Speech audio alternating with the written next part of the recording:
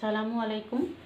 Class 9 আজকে যে বিষয়টা নিয়ে আমরা আলোচনা করব সেটা হচ্ছে জীববিদ্যা ও মানব কল্যাণ। জীববিদ্যা মানব কল্যাণ এটা একটা নতুন চ্যাপ্টার। তো এখানে প্রথম যে টপিকটা আছে সেটা হচ্ছে অনাক্রম্যতা এবং মানুষের রোগ। তো আজকে অনাক্রম্যতা এই বিষয়টা নিয়েই আলোচনা করব। অনাক্রম্যতা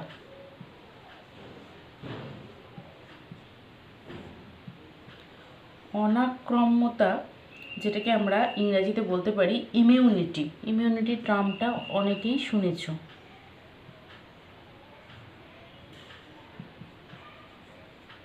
তো এই অনাক্রম্যতা বা ইমিউনিটি জিনিসটা অ্যাকচুয়ালি কী না, ধরো আমাদের শরীরে রোগকে প্রতিরোধ করার যে ক্ষমতা সেটাকেই আমরা অনাক্রম্যতা খুব ছোট করে বলতে পারি। এই ইমিউনিটিটা বিভিন্ন মানুষের জন্য বিভিন্ন রকম ভ্যারি করে। তো শরীরে কোনো ক্ষতিকারক জীবাণু, ভাইরাস বা কোনো টক্সিক পদার্থ যদি প্রবেশ করে তাহলে দেহের মধ্যে এক ধরনের প্রতিরোধ ব্যবস্থার সৃষ্টি হয়, দেহের মধ্যে এক বিশেষ অবস্থার সৃষ্টি হয়। যে অবস্থাটা কি করে, ওই যে বিজাতীয় পদার্থটা যেটা আমার শরীরের পক্ষে ভালো নয়, অর্থাৎ ওই ভাইরাস, জীবাণু বা কোনো টক্সিক পদার্থের বিরুদ্ধে শরীর কি করে, তাকে ওই অনুপ্রবেশকারী বিজাতীয় পদার্থটাকে নষ্ট করার জন্য যেসব ব্যবস্থা গড়ে ওঠে বা শরীর যেটাকে নিতে ইচ্ছুক নয়, এই যে প্রতিরোধ ব্যবস্থা, এই বিশেষ পদ্ধতিকে বলা হচ্ছে ইমিউনিটি বা অনাক্রম্যতা। তাহলে ইমিউনিটি বা অনাক্রম্যতা যদি আমরা সংজ্ঞা বলি তাহলে কি বলবো, যে রোগ সৃষ্টিকারী জীবাণু, ভাইরাস ইত্যাদি বিজাতীয় পদার্থের বিরুদ্ধে দেহে যে প্রতিরক্ষা ব্যবস্থা গড়ে ওঠে তাকেই বলা হচ্ছে ইমিউনিটি বা অনাক্রম্যতা। তাহলে দেহের মধ্যে বিভিন্ন বিজাতীয় বস্তু, জীবাণু বিরুদ্ধে রোগ প্রতিরোধের যে ব্যবস্থা তাকে বলা হচ্ছে ইমিউনিটি। তো এই ইমিউনিটিকে আরেকটা টার্ম বলা হয় ইমিউন সিস্টেম। ইমিউন সিস্টেমটা কি, বা ইমিউনিটি সিস্টেম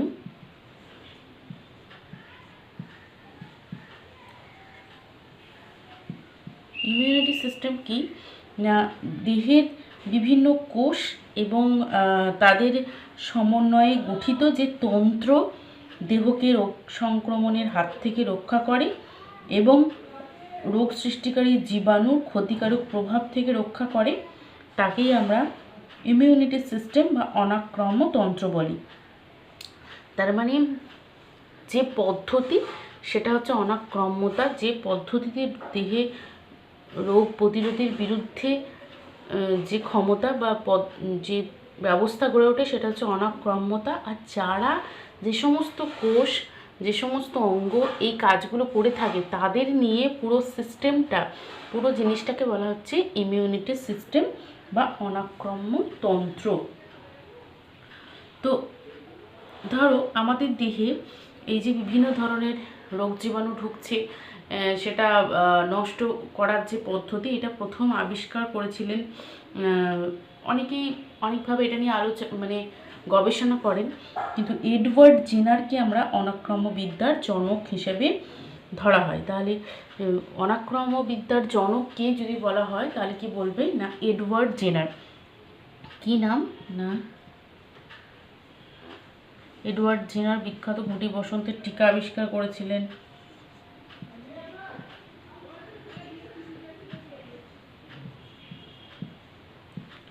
এডওয়ার্ড জেনার, এনাকে বলা হচ্ছে ফাদার অফ ইমিউনিটি বা অনাক্রম্য বিদ্যার জনক।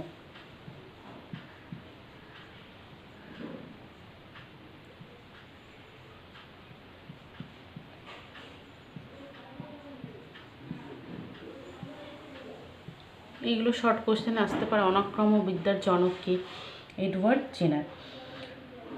তো তাহলে আমাদের অনাক্রম্য তন্ত্র যেটা, তার প্রাথমিক কাজ কি, দেহজ এবং বিজাতীয় বস্তুর পার্থক্য, যেটা আমার দেহের জন্য উপকার সেই বস্তু আর দেহের জন্য এটা উপকার নয় সেই ধরনের বস্তুর মধ্যে পার্থক্য নির্ণয় করে ওই বিজাতীয় বস্তুর বিরুদ্ধে দেহে যে প্রতিরক্ষা ব্যবস্থা গড়ে তোলে।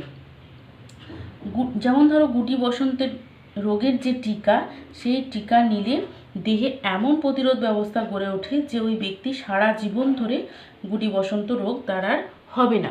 তার মানে কি, এটা আস্তে আস্তে আবিষ্কার হয়েছে। বিভিন্ন ধরনের ভ্যাকসিনেশন, টিকা, এগুলো আমরা নিই কেন?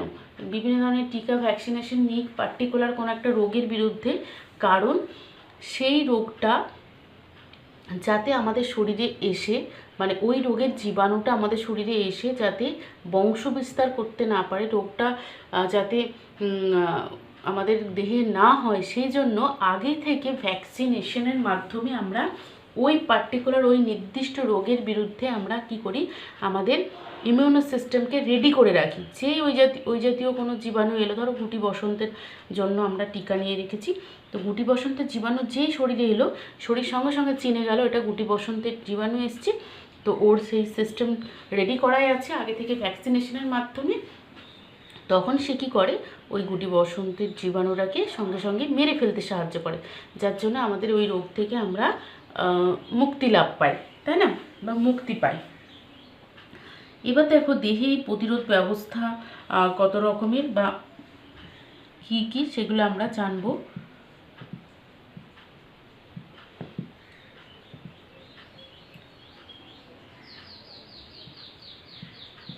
এই প্রতিরোধ ব্যবস্থা হচ্ছে দুই রকম, একটা হচ্ছে নির্দিষ্ট আর একটা হচ্ছে অনির্দিষ্ট।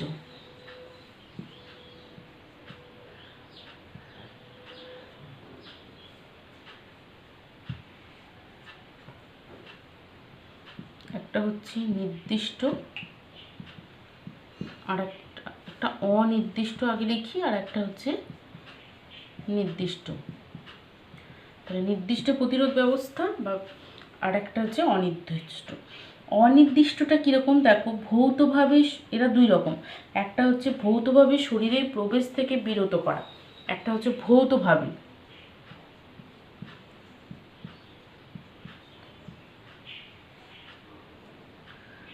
আর একটা হচ্ছে ক্ষতিকারক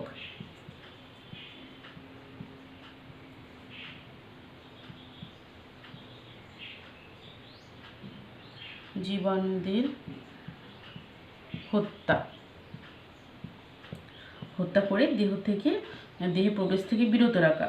তো দেখো অনির্দিষ্ট আমরা দুই ভাগে, ভৌতভাবে কিভাবে হতে পারে না, আমাদের ত্বকের যে পুরো আবরণ, প্রথমে একটা জীবাণু আমার শরীরে প্রবেশ করতে গেলে কি হবে, আমার যে ত্বক, দেহের যে আবরণ সব কিছুর আবরণ কেন থাকে না, ভেতরের জিনিসকে রক্ষা করার জন্য। তো ওই আবরণটা ভেদ করে তাকে যেতে হবে। তাই ত্বকের পুরো আবরণ, ত্বকে এবং নাকে আমাদের কি থাকে, লোমে ঢাকা থাকে, চুলের উপস্থিতি থাকে। তো ওইগুলো ভেদ করে যেতে গেলে কি হবে, জীবাণুগুলো আটকে যেতে পারে।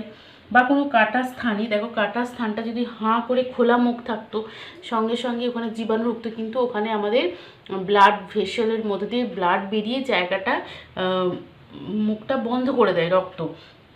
তো কাটা স্থানে জমাট বেঁধে যাওয়া রক্ত, শ্বাসনালীতে অবস্থিত সিলিয়া দেহে রোগ জীবাণু প্রবেশে বাধা দান করে, এরা ভৌতভাবে। তার মানে আমাদের দেহে রোগ জীবাণু প্রতিরোধ করার জন্য বিভিন্ন রকম ব্যবস্থা করা আছে, যেটা ভৌত ব্যবস্থা। যেমন দেহের ত্বক বলতে পারো, দেহের লোমগুলো, এবং বিভিন্ন ধরনের আমাদের কোনো কাটা স্থানের যে রক্ত, সেই রক্ত, এছাড়াও শ্বাসনালীতে অবস্থিত সিলিয়া, এরা যদি কোনো বিজাতীয় বস্তু প্রবেশ করে তারা কিন্তু প্রথমেই আটকানোর চেষ্টা করে, এটা ভৌতভাবে চেষ্টা করে। এরপরে ক্ষতিকারক জীবাণুদের হত্যা করে বা দেহে প্রবেশ হত্যা করে দিয়ে দেহে প্রবেশ থেকে বিরত রাখে কিভাবে না, আমাদের যে চোখের জল অর্থাৎ অশ্রু, ঘাম, নাকের ক্ষরিত পদার্থ, লালারস, শ্বাসনালীতে উপস্থিত শ্লেষ্মা, পাকস্থলীতে অবস্থিত HCl অ্যাসিড, এইসব আমাদের দেহে প্রবিষ্ট ক্ষতিকারক জীবাণুদের কি করে, হত্যা করে দেয়, নিয়ে আমাদের দেহে রোগ সৃষ্টি করতে বাধা দান করে। তাহলে এই ধরনের ভৌত ব্যবস্থাগুলো শরীর অনুযায়ী কাজ করবে।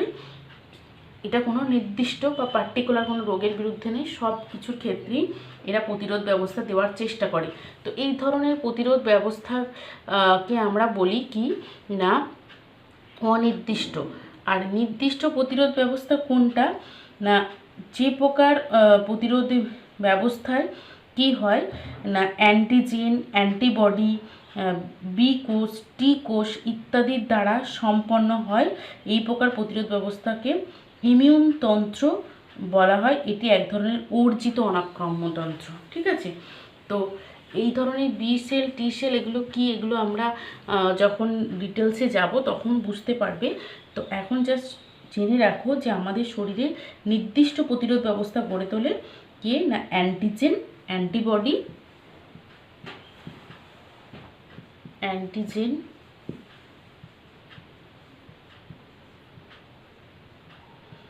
Antibody, B cell, T cell. এরা কি করে আমাদের শরীরে যে প্রতিরোধ ব্যবস্থা গড়ে তোলে সেটা নির্দিষ্ট প্রতিরোধ ব্যবস্থা। এই ব্যবস্থাকে অর্জিত অনাক্রম্যতন্ত্র বলা হয়।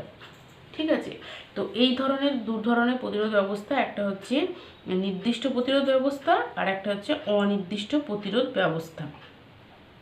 তাহলে এরপরে আমরা জানবো অ্যান্টিজেন, অ্যান্টিবডি কি, এগুলো সম্পর্কে জানবো। অ্যান্টিজেনের ধারণা কি, অ্যান্টিবডির ধারণা কি।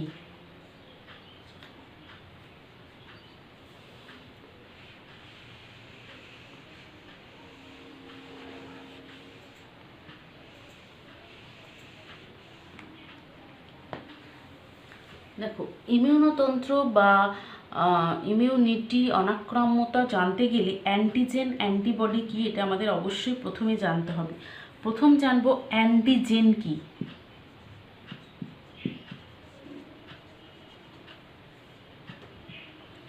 দেখো, অ্যান্টিজেন হচ্ছে যেসব বিজাতীয় জীবাণু দেহে প্রবেশ করলে অ্যান্টিবডি সৃষ্টি হয় তাদের অ্যান্টিজেন বলে। মানে অ্যান্টিজেন কোনগুলো হতে পারে, বিভিন্ন ভাইরাস, বিভিন্ন জীবাণু, ব্যাকটেরিয়া, তারপরে কি হতে পারে বিভিন্ন অণুজীব, যার বিজাতীয় পদার্থ, টক্সিন পদার্থ যেগুলো শরীরে প্রবেশ করলে রোগ সৃষ্টি করতে সক্ষম তাদেরকে অ্যান্টিজেন বলে।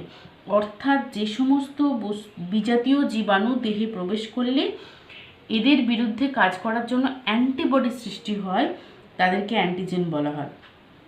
যেমন প্রোটিন, বৃহদাকার পলিস্যাকারাইড, লাইপোপ্রোটিন, নিউক্লিওপ্রোটিন ইত্যাদি। তাহলে অ্যান্টিজেন কাকে বলবো না, যে সমস্ত পদার্থ শরীরে ঢুকলে বা প্রবেশ করলে, যে সমস্ত বিজাতীয় পদার্থ বললে বেশি ভালো হয়, কারণ এরা কি করছে আমাদের শরীরে ক্ষতি করছে। যে ধরনের বিজাতীয় পদার্থ আমাদের শরীরে প্রবেশ করলে কি হচ্ছে, শরীরের যে অ্যান্টিবডি সেই রোগটার বিরুদ্ধে গড়ে তুলছে তাকে বলা হচ্ছে কি না অ্যান্টিজেন। তাহলে অ্যান্টিজেন কাকে বলে বোঝা গেল যে অ্যান্টিজেন হচ্ছে যেসব বিজাতীয় জীবাণু বা অধিবীজ দেহে প্রবেশ করলে অ্যান্টিবডি সৃষ্টি হয়। তাহলে আমরা শর্ট করে বলতে পারি যেসব বিজাতীয় বস্তু দেহে প্রবেশ করলে অ্যান্টিবডি তৈরি হয় বা সৃষ্টি হয়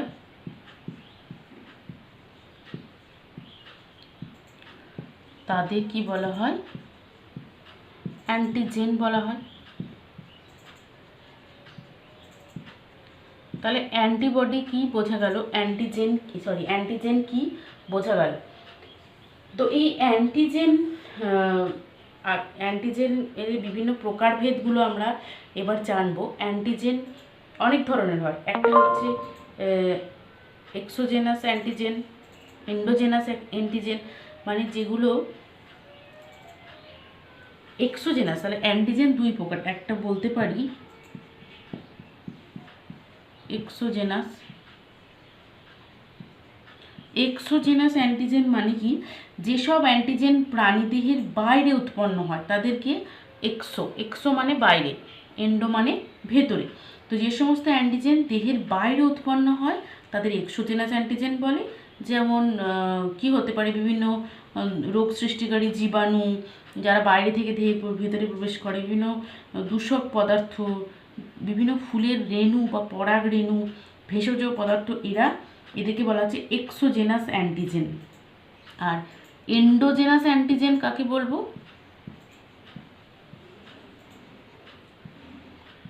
এন্ডোজেনাস মানে এন্ডো মানে ভেতরে, অর্থাৎ যেসব অ্যান্টিজেন প্রাণীদেহের ভিতরে উৎপন্ন হয় তাদেরকে এন্ডোজেনাস অ্যান্টিজেন বলা হয়।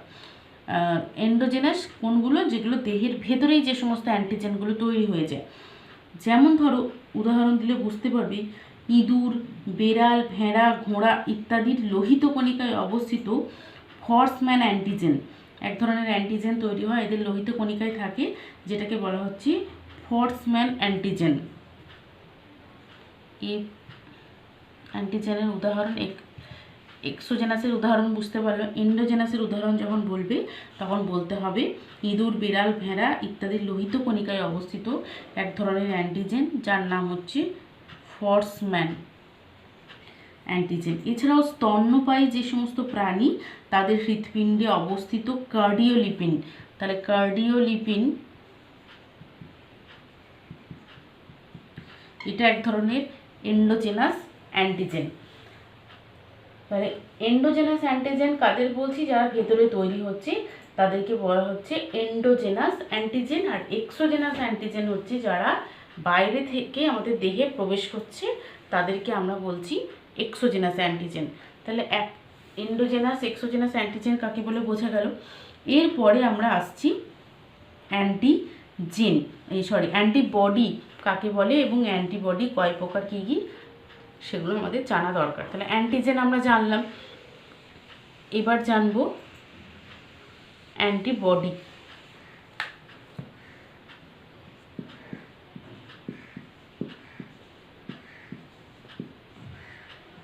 তার মানে এতক্ষণ জেনে গেছি অ্যান্টিজেনটা আমাদের জন্য ভালো নয়, আবার একদিক দিয়ে ভালো, অ্যান্টিজেনটা আমাদের রোগ সৃষ্টি করে, আর অ্যান্টিজেন ঢোকালে তবেই কিন্তু ইমিউন সিস্টেম বা অ্যান্টিবডি তৈরি হয়, তাই না? তাহলে একদিক দিয়ে উপকারও করছে। তাহলে অ্যান্টিবডি কাকে বলবো? দেহের মধ্যে বাইরে থেকে অ্যান্টিজেন প্রবেশ করলে তাদের বাধা দেওয়ার জন্য যেসব প্রোটিনের আবির্ভাব ঘটে তাদের অ্যান্টিবডি বলে। তাহলে রোগ জীবাণু ধ্বংস করার জন্য বা অ্যান্টিজেন প্রবেশ করলে দেহে তার সেই অ্যান্টিজেনের বিরুদ্ধে বাধা দেওয়ার জন্য যেসব প্রোটিনের আবির্ভাব হচ্ছে তাদেরকে আমরা অ্যান্টিবডি বলছি। তাহলে অ্যান্টিবডি কাকে বলবো? না, দেহে অ্যান্টিজেন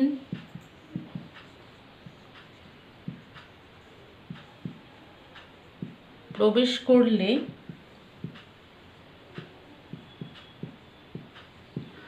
তাদের বাধা দেওয়ার জন্য, কারণ এরা রোগ সৃষ্টি করবে, বাধা দেওয়ার জন্য যেসব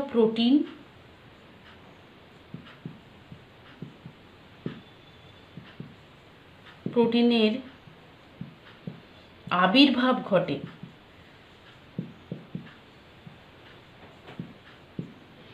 তাদের কি বলা হচ্ছে? অ্যান্টিবডি।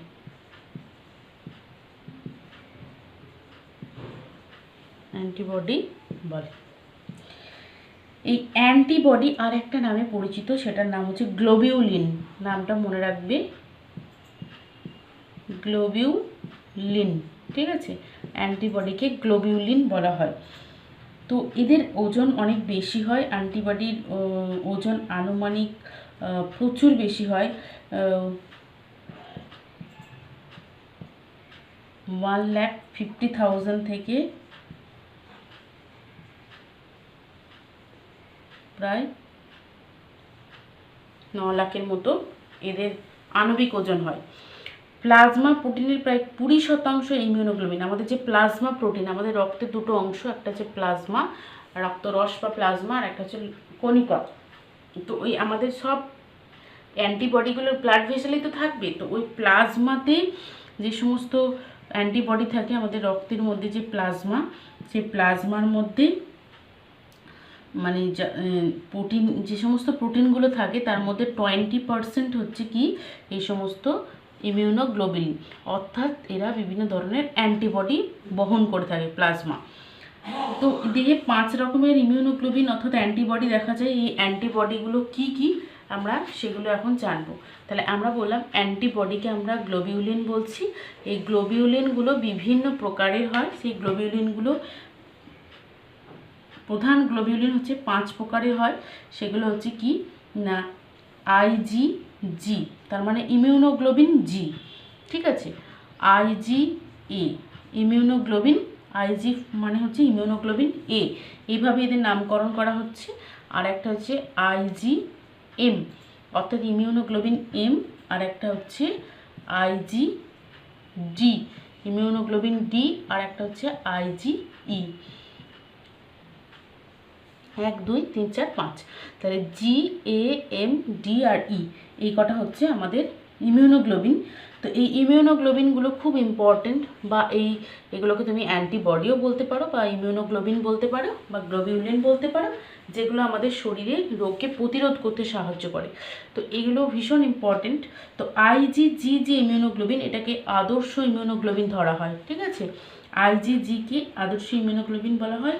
এই প্রকার অ্যান্টিবডি আমরা রক্তে বেশি থাকে, তবে আমাদের লসিকা এবং অন্ত্রেও পাওয়া যায়। এরা ব্যাকটেরিয়া এবং ভাইরাসদের ধ্বংস করতে সক্ষম IgG। আর কি হয় না, এই IgG কিন্তু এরা আরও একটা বিশেষ গুরুত্বপূর্ণ জায়গায় থাকে।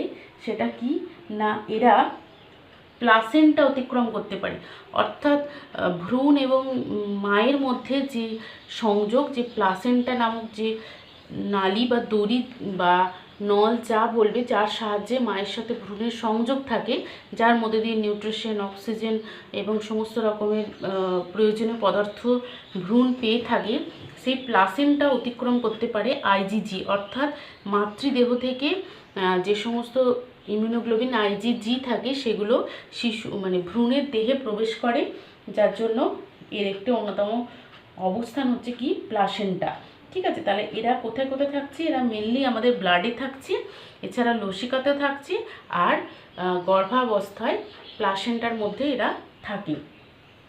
তো এরা ব্যাকটেরিয়া, ভাইরাস এগুলোকে ধ্বংস করতে খুবই তৎপর, এবং এগুলো ব্যাকটেরিয়া ভাইরাসকে ধ্বংস করতে পারে। এরপর হচ্ছে ইমিউনোগ্লোবিন এ। ইমিউনোগ্লোবিন এ এই প্রকার অ্যান্টিবডি কোথায় থাকে না, বিভিন্ন স্তনগ্রন্থি থেকে যে ক্ষরিত কোলস্ট্রাম, এই প্রকার অ্যান্টিবডি এতে পর্যাপ্ত পরিমাণে থাকে। কোলস্ট্রাম কি একটু বলি, যখন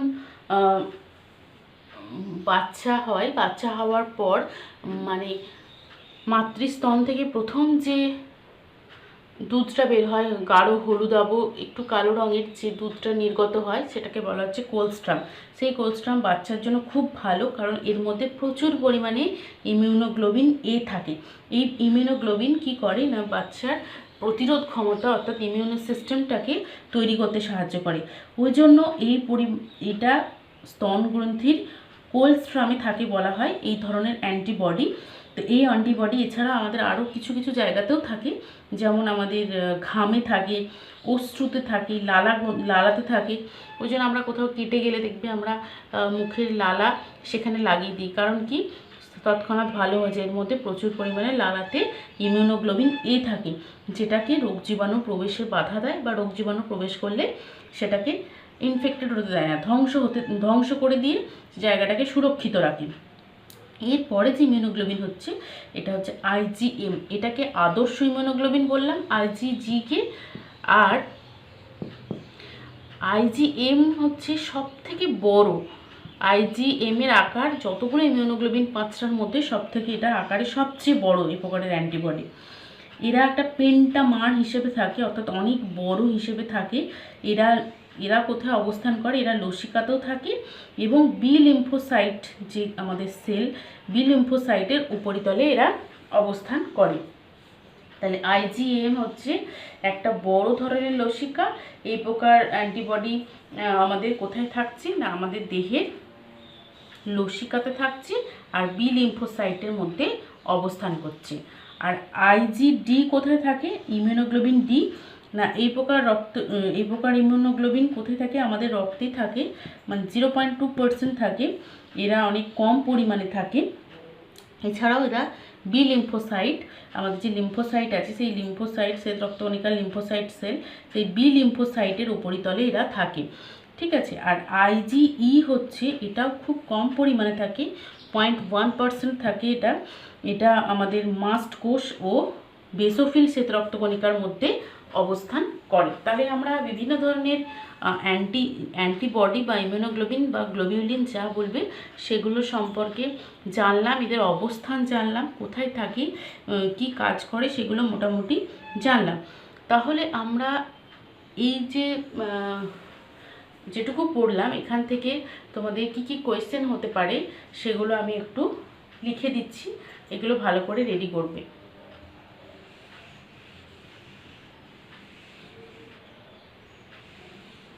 তাহলে অনাক্রম্যতন্ত্র থেকে বা অনাক্রম্যতা থেকে প্রথম যে কোয়েশ্চেন পড়তে হবে সেটা প্রথমেই হচ্ছে অনাক্রম্যতা কি, তাই না? অনাক্রম্যতা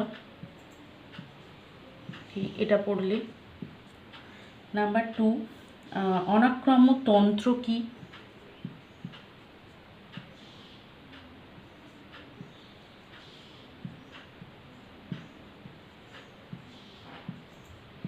এটা জানলে। 3 নম্বর, অনাক্রম্যবিদ্যার জনক কে?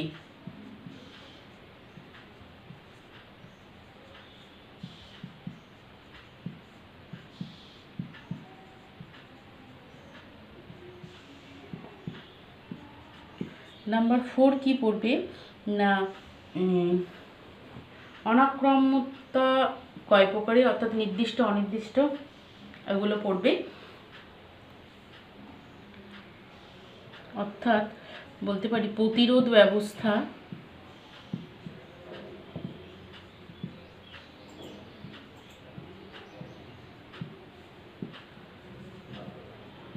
কয় প্রকার ও কি কি, ওটা একটা ডিটেলসে পড়ে নেবে। এখান থেকে শর্ট কোয়েশ্চেন আর করলাম না। একটা ধরো প্রতিরোধ ব্যবস্থা কয় প্রকার বললে, একটা অনির্দিষ্ট নির্দিষ্ট দুটোই পড়ে নেবে। আর অনির্দিষ্টর মধ্যে কি কি ভাগ আর নির্দিষ্ট কোনগুলো সেগুলো একটু মনে রাখবে।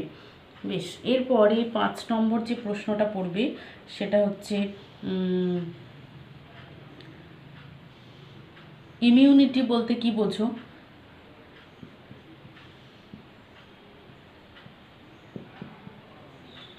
ইমিউনিটি কি?